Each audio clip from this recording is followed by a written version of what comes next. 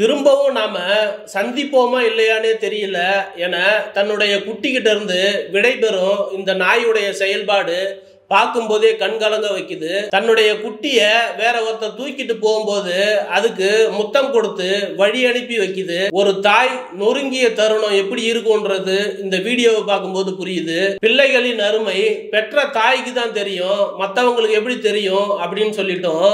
உன்னுடைய இந்த வலியும் வேதனையும் எதிரிக்கு கூட வரக்கூடாது அப்படின்னு சொல்லிட்டும் நிறைய பேர் கமெண்ட் பண்ணிக்கிட்டு இருக்காங்க. இந்த வீடியோவுக்கு இணையதள வைரல் ஆகிக்கிட்டு இருக்கு. நீங்களும் இந்த வீடியோவை பாருங்க.